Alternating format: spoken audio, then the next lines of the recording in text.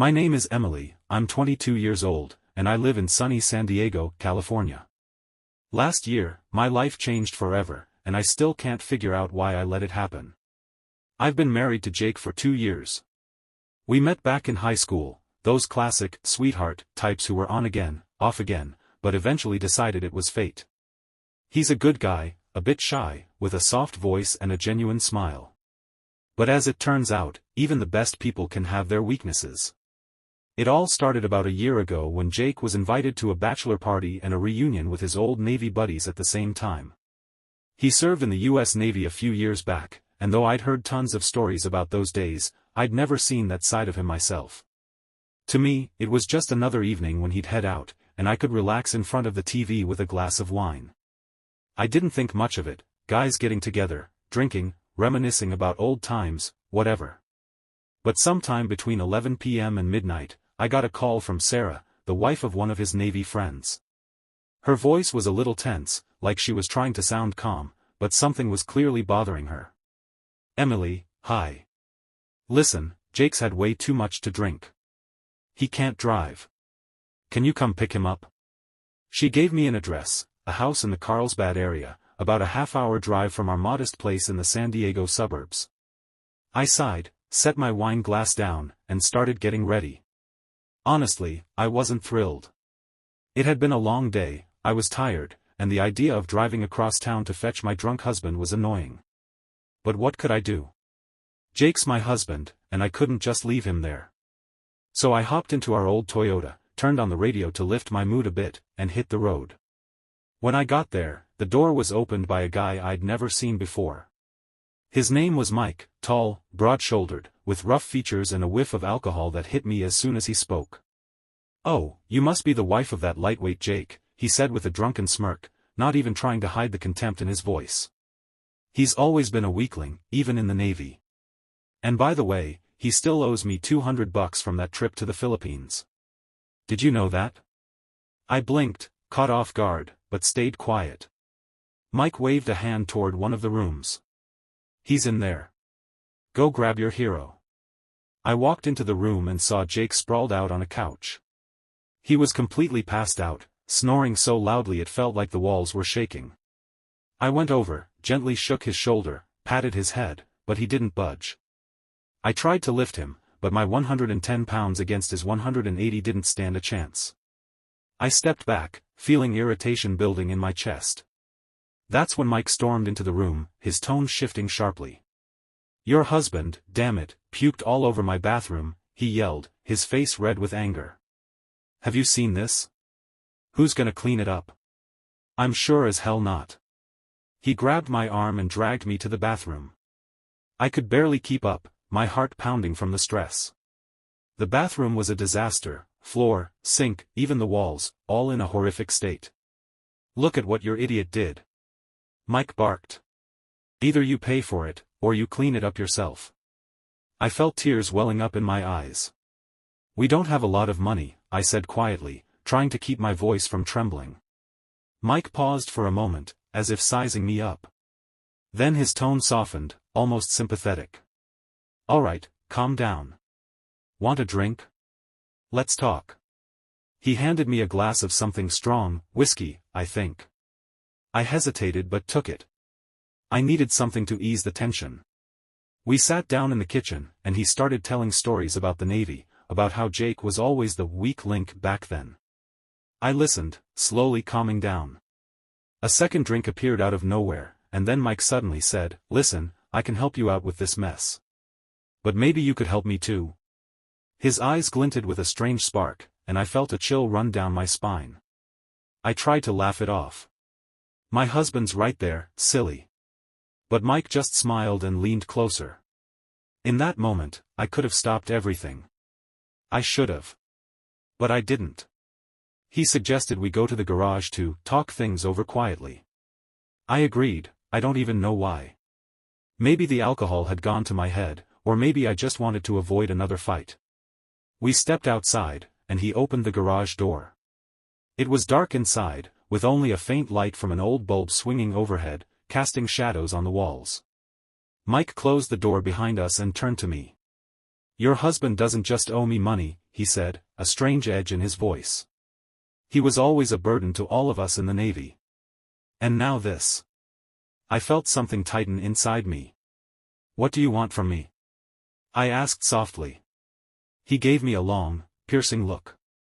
You could help me forget about that debt, he said, taking a step closer.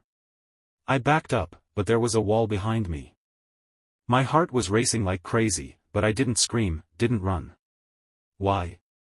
I still don't understand. What happened next was a blur. He came closer, his hands resting on my shoulders. I could have pushed him away, but I didn't. Instead, I felt a strange warmth spreading inside me, like some part of me wanted this, not him, but the feeling that I could be someone else, not just Jake's wife. We started talking, I don't even remember about what. But the tension between us grew, and I didn't stop it. He offered a deal, I'd help him, and he'd forget the debt and clean up the bathroom himself. I nodded, barely believing I was agreeing. It wasn't physical, not in the way you might think. He asked me to stay in the garage with him, talk, keep him company. And I agreed. We sat there, drank a bit more, and he told stories, about the Navy, his adventures, how he hated people who didn't keep their word. I listened, laughed, and at some point, I felt free. When I came back to the house, Jake was still on the couch, snoring like nothing had happened. Mike was standing by the door, holding car keys. Go home, he said coldly. I'll drive your husband back in the morning. I nodded, grabbed my bag, and headed to the car. My head was buzzing with thoughts, but one stood out the loudest: I liked it. That was the first time I betrayed Jake, not with my body, but with my soul. I tasted something forbidden, and it woke something dark inside me, something I'd kept hidden for a long time. Mike moved to the East Coast a few months later, but that night left a mark on me. I started chasing that feeling, not with other men, not yet, but in my thoughts, my fantasies. And a few days ago, I created a social media account where I started sharing these dark desires.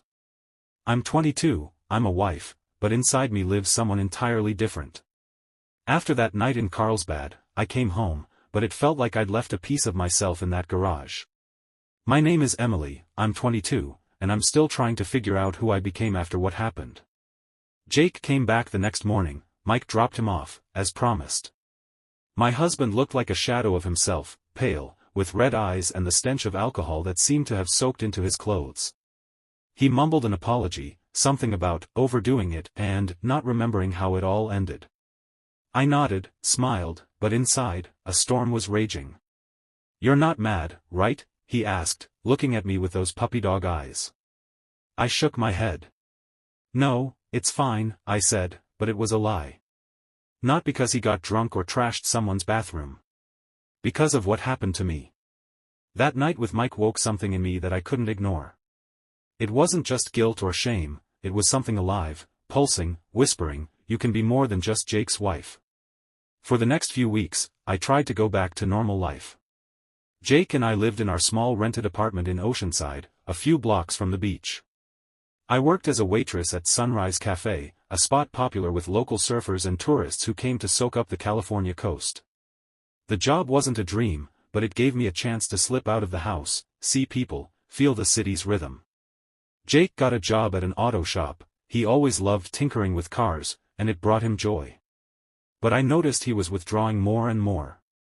Maybe he sensed something had changed between us, even though I never told him about that night. One day, while I was washing dishes after dinner, Jake suddenly said, remember Mike? He texted me. Says he's moving to the East Coast. Wants us to swing by to say goodbye. I froze, holding a plate in my hands. The water from the faucet was running, but I didn't hear it, my heartbeat drowned everything out. Say goodbye? I asked, trying to sound casual. Jake nodded. Yeah, he's still pissed about that debt from the Philippines, but he says he'll let it go if we come by. My throat went dry. Maybe we shouldn't? I mean, he's the one who got you drunk, I said, choosing my words carefully. Jake shrugged. I know, but he was my friend in the Navy. I don't want to leave things like this. I nodded, but my mind was racing.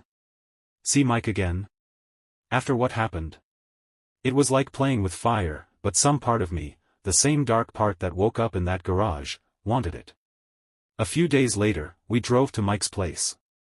This time, he invited us over during the day, and the vibe was completely different. The sun was blazing, as it always is in San Diego, and the air smelled of salt and eucalyptus.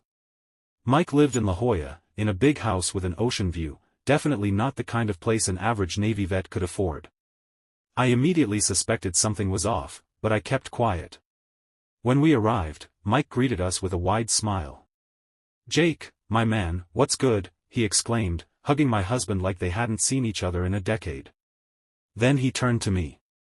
"Emily, good to see you again." His eyes lingered on me a little too long, and I felt a shiver run down my spine. "Come on in, I've got beer and snacks," he added, ushering us inside.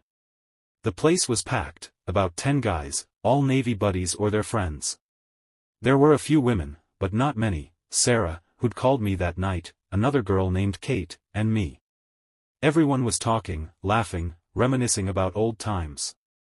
I tried to stick close to Jake, but he quickly got swept up in conversations, leaving me on my own. Mike, noticing this, came over with a glass of wine. "Here, relax," he said, smiling. I took the glass but decided to stay sharp this time. No alcohol clouding my head, I didn't want a repeat of that night. "You look tense," Mike remarked, sitting down next to me on the couch. I shrugged. "Just not big on loud parties." He nodded, but his eyes didn't leave my face. "You know, I've been thinking about that night," he said quietly, so no one else could hear. My heart skipped a beat. "Don't go there," I snapped, but he just smiled. "Relax, I don't bite. I liked you, Emily. You're not like these other girls." I didn't know what to say. Part of me wanted to get up and leave, but another part, the one that craved adventure, kept me there. "I'm married, Mike," I said, but my voice wasn't as firm as I wanted it to be. He nodded. "I know. But that doesn't mean you can't have your own life." Those words hit something deep inside me. My whole life had revolved around Jake: school, dating, marriage, our little apartment. I'd never thought about who I could be outside of that. And Mike seemed to sense that weakness. He didn't push, but he stayed close all evening, dropping hints, joking, telling stories that made me laugh. And every time our eyes met, I felt that same dark spark coming alive inside me. That night, Jake and I went home without incident, but I knew Mike wouldn't just vanish from my life. He started texting me, innocent stuff at first, like "How's it going?" or "Jake didn't put on another bathroom show, did he?" I replied briefly, trying to keep my distance, but each message pulled me in deeper. One day, he sent me an invite to a party at a club downtown. "No Jake," he wrote. "Just you and me. Think about it, Emily. You deserve to have fun." I deleted the message, but I couldn't stop thinking about it. I imagined going to the club, dancing to loud music, feeling alive. And every time Jake came home tired and crashed, I felt like I was suffocating in our routine. A week later, I gave in. I told Jake I was going to a girls' night with coworkers from the cafe and drove downtown.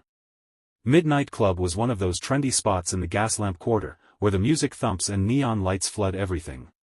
Mike was waiting for me at the entrance, dressed in a dark shirt that showed off his broad shoulders.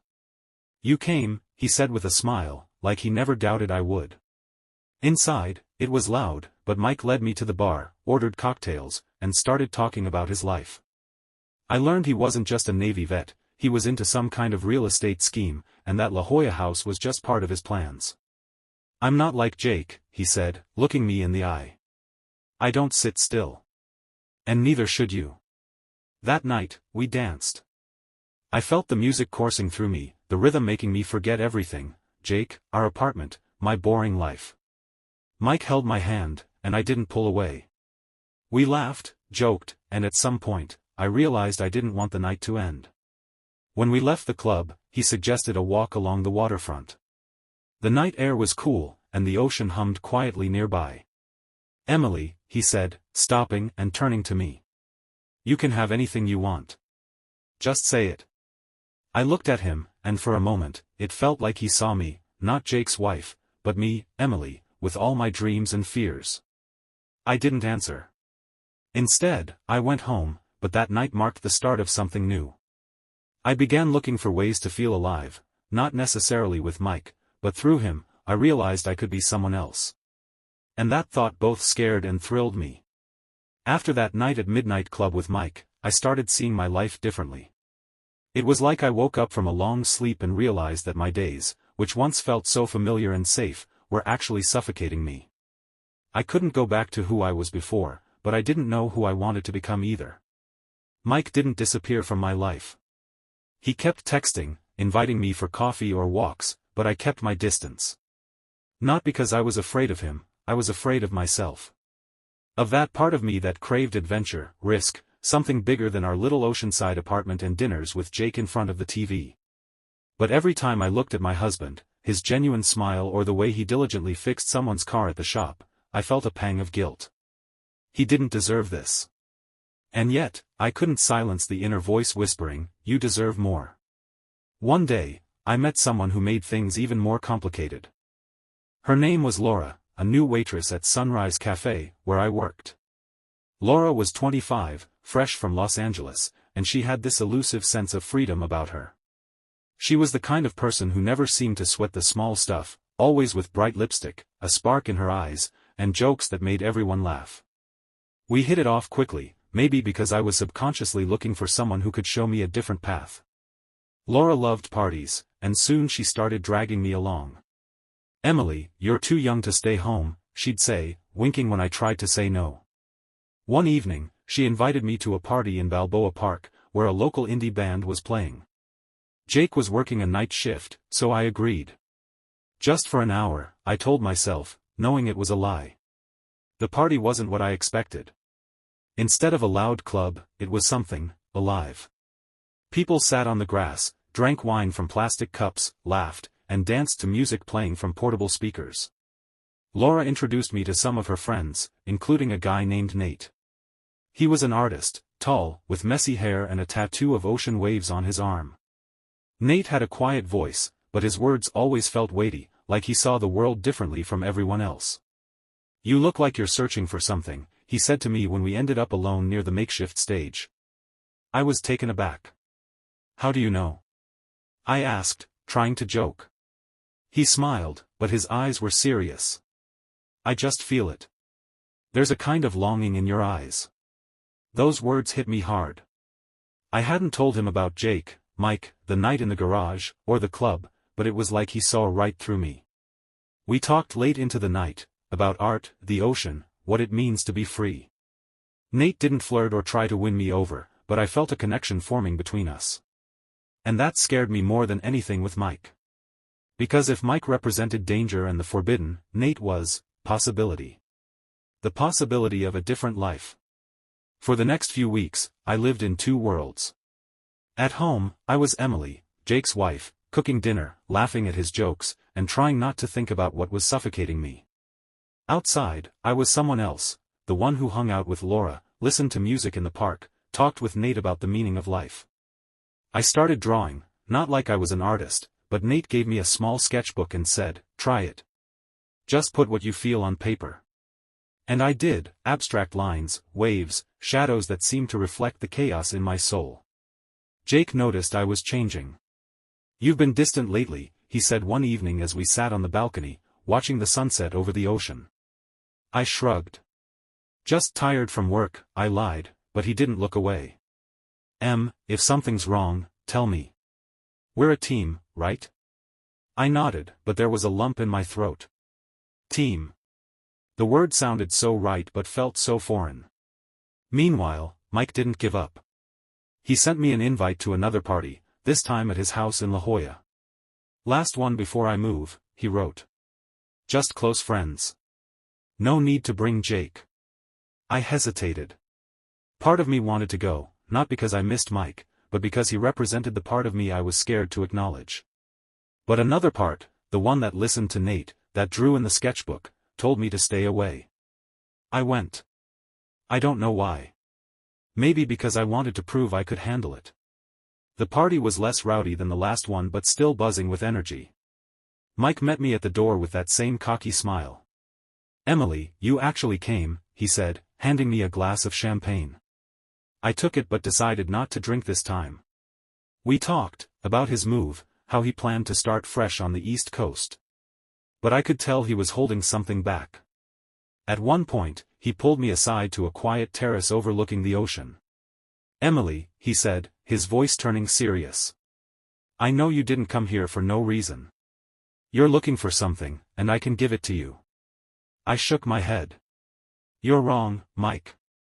I don't know why I'm here." He stepped closer, and I felt the air between us thicken. "You can be anything," he said softly. "Not just some guy's wife. I see it in you." His words were like poison, sweet but dangerous. I stepped back. "I need to go," I said and hurried back to my car. When I got home, Jake was still awake. He was sitting in the kitchen, holding my notebook, the same sketchbook Nate had given me. What's this?" he asked, and there was something in his voice I hadn't heard before. Not anger, not accusation, pain. I froze. "Just drawings," I said, but he shook his head. "They're not just drawings. You've changed. I don't know what's going on, but I feel like I'm losing you." His words cut like a knife. I could have lied, said everything was fine, but instead, I sat across from him. "Jake," I started, my voice shaking. "I don't know who I am. And I'm scared that if I stay the way I was, I'll just disappear." He was silent for a long time, then said, "If you need to find yourself, I won't hold you back. But I want you to be honest." I nodded but couldn't look him in the eye. That night, we went to bed together, but there was a chasm between us. The next day, I met with Nate. Not to start anything, I just needed to talk. We sat on the beach in Coronado, watching the waves roll in. "What are you gonna do?" he asked when I told him about Jake, Mike, my doubts. I shrugged. "I don't know. But I want to be me, not someone's wife, not someone's shadow." He smiled. "Then start small. One step at a time." And I decided that's what I'd do. I didn't follow Mike, didn't fall into Nate's arms, didn't leave Jake. Instead, I signed up for art classes, started spending more time with Laura, exploring San Diego, not as someone's wife, but as Emily. Mike moved away, and I haven't heard from him since. Jake and I are still together, but we're learning to be honest with each other. I don't know what's next, but I know one thing, that night in the garage woke something in me that I don't want to hide anymore. And maybe it's not darkness, but light, my own, that I'm only starting to find.